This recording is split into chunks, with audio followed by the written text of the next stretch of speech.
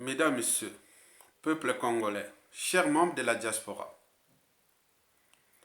likez et partagez cette vidéo pour la protéger des ennemis de l'intérêt général. Et deux, commentez cette vidéo pour nourrir le débat.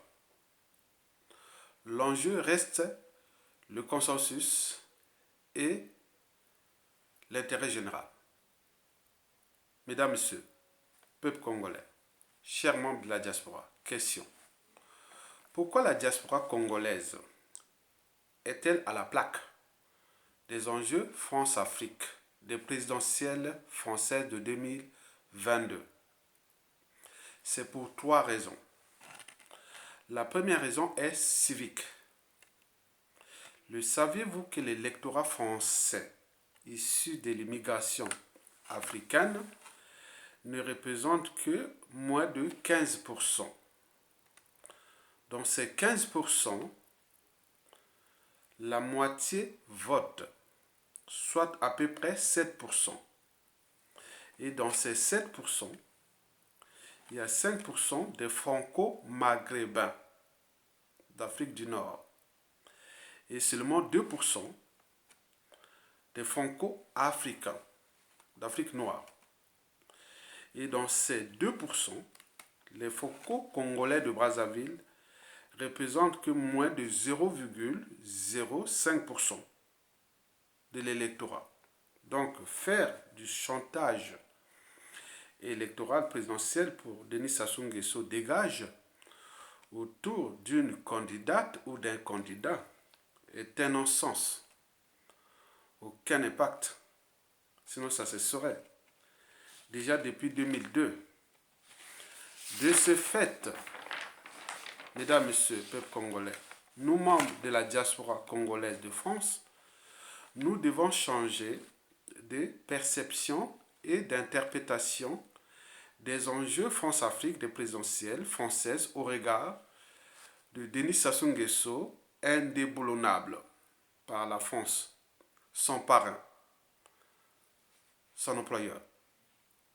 Mesdames, Messieurs, peuple congolais, chers membres de la diaspora, la deuxième raison pour laquelle la diaspora congolaise est à côté de la plaque des enjeux France-Afrique, des présidentielles françaises de 2022, est politique. En effet, depuis Giscard d'Estaing, qui en 1979 installa Denis Sassou Nguesso au pouvoir, jusqu'à Emmanuel Macron aujourd'hui, Denis Sassou Nguesso est toujours passé dans les mailles du filet. Autrement dit,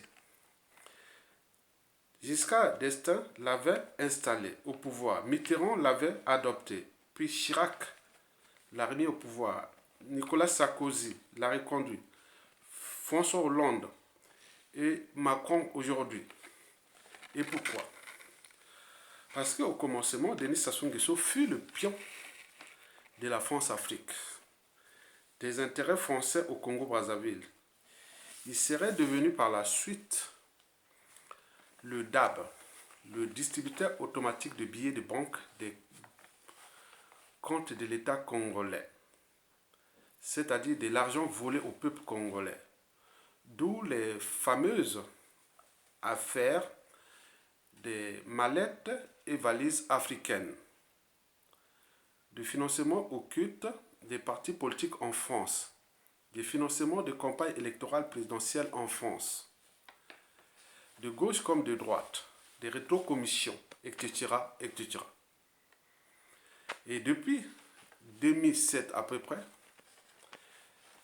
Denis Sassou Nguesso serait devenu la pièce maîtresse de la France-Afrique, en Afrique. En effet, vous savez que dans une machine, il y a toujours une pièce maîtresse. Elle est incontournable. Si vous la perdez, la machine ne marche plus. Donc, Denis Sassou Nguesso, c'est pareil. La France-Afrique ne veut surtout pas perdre Denis Sassou Nguesso. Au regard de ce qui précède, pensez-vous que le prochain locataire de l'Élysée va éjecter Sassou Nguesso comme ça? Certainement pas. Vous vous trompez. Denis Sassou Nguesso n'a jamais trahi le pacte qui les lie à la France-Afrique. Et dans ces cas, il est difficile pour tout candidat ou tout président français à venir d'éjecter cette pièce maîtresse. C'est comme une équipe qui gagne. Cette équipe-là a toujours gagné contre nous, peuple congolais, contre notre pays. Par conséquent, les présidentielles de 2022 n'auront aucun effet sur Denis Sassou Nguesso qui continue en toute impunité à humilier, piétiner tout le monde dans ce pays qu'il a fracassé. C'est l'ADN de la France-Afrique. Partout où il y a la France-Afrique, en Afrique, ça ne marche pas, comparé à l'Afrique anglophone. Et donc, Sassou Nguesso est le pompier pyromane, attitré, aguerri et affûté, depuis bientôt 40 ans. Mesdames, Messieurs, peuple congolais, chers membres de la diaspora, la troisième raison pour laquelle la dictature de Denis Sassou Nguesso va nous larguer, nous membres de la diaspora, qui individuellement, collectivement, nous sommes à la plaque de comprendre les enjeux France-Afrique des présidentielles 2022 est dans la ligne de démarcation. En effet, nous avions dans la diaspora des anti-France-Afrique et des France-Africains. Explication. Il y a de nombreux Congolais et Franco-Congolais qui se disent anti-France-Afrique et paradoxalement, on voit les mêmes dans les partis politiques français. Ils sont des membres actifs des partis politiques français. Et ce n'est pas tout. Beaucoup sont dans les réseaux francs-maçonniques France-Afrique, etc. Il y a là une confusion, car beaucoup de nos compatriotes de la diaspora ne parviennent pas à fixer une ligne de démarcation claire entre France-Africain et anti-France-Afrique. Il faut choisir son camp dans le combat aussi rude et passionnant qui est celui que nous menons contre la pièce maîtresse de la France-Afrique au Congo, Denis Sassou Nguesso. Il faut une hygiène du combat. On ne peut pas être en même temps au four et au moulin. Mesdames et messieurs, peuple congolais, chers membres de la diaspora, beaucoup de nos compatriotes anti-France-Afrique furent trahis et même assassinés, éliminés par empoisonnement dans la diaspora. C'est grâce à cette confusion-là, du militantisme dans la diaspora. De ce fait, le combat contre la dictature de Denis Sassou Nguesso sur la place de Paris ou en France devient problématique. En fonction de ces conflits d'intérêts-là, de la confusion-là, le manque de conviction, d'engagement et du sens de l'intérêt général est le problème de la diaspora congolaise de France. Mesdames, Messieurs, peuple congolais. Alors, quels sont les vrais enjeux France-Afrique des présidentielles françaises de 2022? Au regard de la situation politique, économique et sociale catastrophique dans notre pays et à l'échelle de toute l'Afrique francophone et de la zone France-Afrique qui est en train de s'enfoncer. Je pense qu'il y a trois enjeux. Le premier enjeu est politique. En effet, quel que soit le président ou la présidente élue en 2022 en France, celui-ci ou celle-là aura des difficultés à trouver de remplaçants à Denis Sassou Nguesso, c'est-à-dire le pion parfait, la pièce maîtresse parfaite de la France-Afrique au Congo. Et la situation ne va pas s'améliorer au cours des prochaines décennies sur l'ensemble de l'Afrique francophone, désormais anti-France-Afrique. En effet, le courant dégagiste contre la France-Afrique est désormais très élevé sur l'ensemble du continent noir. C'est d'ailleurs la raison pour laquelle Denis Sassou Nguesso joue malin au double jeu France-Afrique érasien. Explication. Il ne peut pas bousculer la France-Afrique, parce que sinon la France va prendre des décisions de l'éjecter. Et les Américains qui sont derrière la France-Afrique, parce que la France-Afrique est le cheval d'étoile de l'Occident. Sassou Nguesso joue derrière la France avec ce jeu. Mais de l'autre côté, il est en train de placer son fils de le côté érasien. L'enjeu pour lui est d'échapper déjà à la rançon de la gloire et de ses crimes. Et mourir avec les honneurs. Donc il cherche à placer son fils, qui est aujourd'hui très actif dans les réseaux érasiens, la Turquie, la Russie, la Chine. Et de l'autre côté, Sassou Nguesso joue avec la France. C'est un double jeu très dangereux. Sassou Nguesso est d'ailleurs appelé aujourd'hui le rasoir. Donc il joue ce jeu-là. Ce qui risque d'arriver chez lui, s'il continue à jouer avec ce jeu, il risque d'être éjecté à tout instant. Mais du côté de nous, peuple congolais, en ce moment, il n'y a plus d'opposition. Sassou Nguesso, historiquement, a laminé toute l'opposition congolaise à lui. L'exil forcé est des gens qui sont partis avec des poisons. Et les emprisonnements, et les mises en résidence surveillée, et n'oublions pas les empoisonnements, c'est-à-dire les assassinats de toutes les grandes figures de l'opposition congolaise à lui.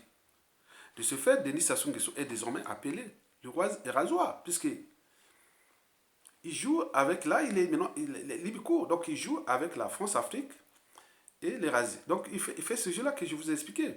J'y reviendrai au moment venu. C'est très très dangereux. Donc, voilà les enjeux de cette présidentielle-là. Donc, la France et les Américains suivent avec attention les double jeu de Sassou Nguesso. On est bien d'accord. Mais Sassou Nguesso reste encore la pièce maîtresse parce que la France n'a pas encore trouvé vraiment le pion parfait, la pièce maîtresse parfaite. On tenant compte des réalités culturelles, des contentieux historiques qui sont en cours et autres. Donc, toujours au nord ou au sud. Donc, on ne sait pas. Au ce moment, il n'y a pas. Mesdames et messieurs, le deuxième enjeu de ces présidentielles 2022 en France est géostratégique. En effet, ce sont les enjeux géostratégiques qui vont pousser le prochain locataire de l'Élysée, avec la complicité des Américains, de jeter Denis Sassou Nguesso. Ou non. Si et seulement si Sassou Nguesso commence à menacer les intérêts de la France et surtout du bloc occidental, avec la situation de Denis Sassou Nguesso qui est en ce moment en Turquie, il va avoir des contrats militaires parce qu'il se prépare à prendre le contrôle du pays. Et donc là, il y a des enjeux stratégiques qu'on ne peut pas en parler. Parce que, bon, vous voyez, donc, trop de choses là. Donc il arrivera que la France peut prendre des décisions. Il dit, Sassou Nguesso, stop. Et Denis Sassou Nguesso, tout ça. Mais ça sera en complicité avec les Américains, avec l'administration Joe Biden. Mesdames et messieurs, peuple congolais. Le troisième et dernier enjeu, j'y reviendrai au moment venu en fonction de l'évolution de la situation. Le troisième et dernier enjeu des présidentielles 2022 est d'ordre de rapport de force. Sans rapport de force au pays, nous, diaspora, on ne compte pas. Civil et militaire, hein, s'il n'y a pas de force là-bas, qu'il y a insurrection ou désobéissance civile, où il y a une action, nous, diaspora, ici, on ne compte pas. Parce que, bon, même les manifestations des officines, bon, ils sont sous contrôle ici. Ils sont sous contrôle. Donc, nous devons s'appesantir sur ces rapports de force. Donc, nous devons augmenter les relais, établir les rapports de force au pays là-bas pour que la France présente les enjeux France-Afrique à l'échelle de notre pays au présidentiel de 2022 puisse compter. Si on ne s'appesantit qu'ici, sans effet. Mesdames et messieurs, peuple congolais, Je ne veux pas aller loin sur les détails, je reste dans le consensus, nourrissez les débats et j'y reviendrai au fur et à mesure des enjeux France-Afrique. Je vous l'ai dit que la première vidéo dès l'élection de Valérie Pécresse, je vous l'ai dit que la France est à droite. Et donc, j'avais dit que les 3 personnes qui seront au deuxième tour, Valérie Pécresse, Marine Le Pen ou Emmanuel Macron. Je vous l'avais dit dès la première vidéo, il y a une semaine. Ok? Vous allez écouter ce contenu-là. C'est mon histoire de France aussi. Vous allez comprendre ça que j'ai toujours, historiquement, j'ai toujours trouvé le président qui sera élu. Et souvent, à 3 mois, j'ai toujours fait ça. Et je l'ai toujours trouvé dans le sein de mes amis, des réseaux. On sait bien que j'ai cette vision de la France. Je le sais, ce qui se passe. Et donc, je connais le bruit de fond de la France, je connais tout ce qui se passe. Bon, donc, retenez ça, nous reviendrons sur nourrir le débat sur ces enjeux des présidentielles en tenant compte des éléments déjà précités. Ok? Très bien. Likez et partagez cette vidéo. Et nous avons beaucoup à voir parce que pourquoi parler de la France? Nous sommes dans la situation où ici en France, des candidats au cœur de leur lit font des rêves. Mais nous, on est là bloqués. Ils font là pour aller nous fracasser là-bas et nous sommes là en train d'observer. Donc il faut nourrir les débats et trouver les solutions. Je vous l'ai dit que l'enjeu, c'est les rapports de force au pays. Sans rapport de force, ils n'y tiendront pas compte. Et je viendrai sur certains éléments en détail au moment venu. Ok? Très bien. Likez et partagez cette vidéo. À bientôt.